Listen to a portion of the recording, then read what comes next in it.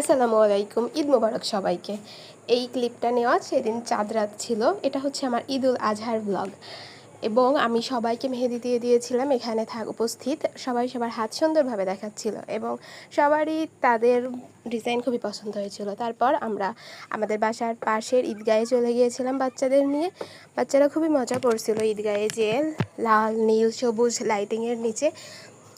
ওদের ঈদ ভাইব আসছিল। আসলে ঈদটা তো ওদের জন্যই। আমরা যারা বড় হয়ে গেছি তাদের অত বেশি ঈদ না মনে হলেও বাচ্চাদের খুবই মজা করে।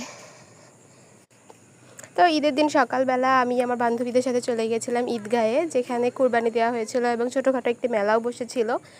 কিছু মাদ্রাসার ছেলেরা চামড়া নিয়ে যাচ্ছিল এবং মাংস বিলানো হচ্ছিল। এরপর আমরা একটা দোকান থেকে টুকটাক কিছু কিনলাম এবং একটু ঘুরলাম, ভাজা মুড়ি খেলাম এবং বাসায় চলে আসলাম। এতটুকুই।